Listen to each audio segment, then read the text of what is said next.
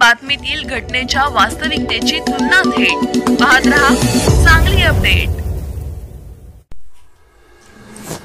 गणपती आणण्यासाठी निघालेल्या 2 गणेश भक्तांवर काळाचा घाला।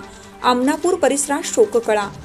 ओमनी दुचाकी अपघातात बलवडी येथे 2 ठार, 1 जखमी।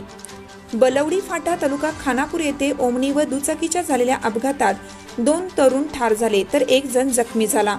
राहुल बाबासो पाटील वय 23, निवास गोविंद पाटील वय 34 दोघे राहणार आमनापूर तालुका पलूस अशी ठार झालेल्यांची तर भीमराव सुरेश कांबळे पलूस असं जखमीचं नाव असल्याचे पोलिसांनी सांगितले।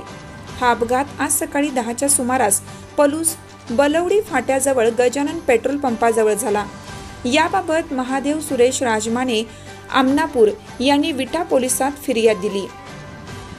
घटनेची माहिती समजताच आमनापूर परिसरात शोककळा पसरली आहे।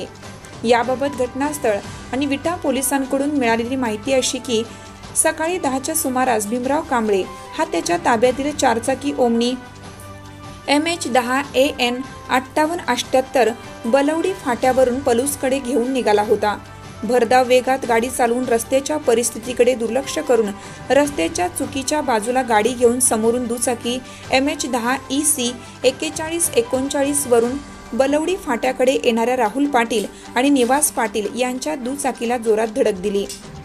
त्यात गंभीर जखमी होऊन त्यांचा मृत्यू झाला तर भीमराव कांबळे हा जखमी झाल्याचे फिर्यादीत म्हटलं आहे। भीमराव कांबळे याच्या विरुद्ध गुन्हा दाखल केल्याचे पोलिसांनी सांगितले।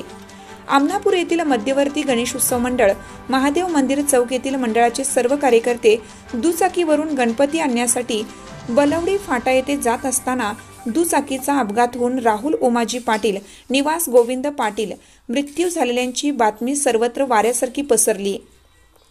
विघ्नहर्त्याच्या येण्याआधीच 2 करत्या सवरत्या तरुणांचा आकस्मिक मृत्यू झाल्याने संपूर्ण गाव हळहळले।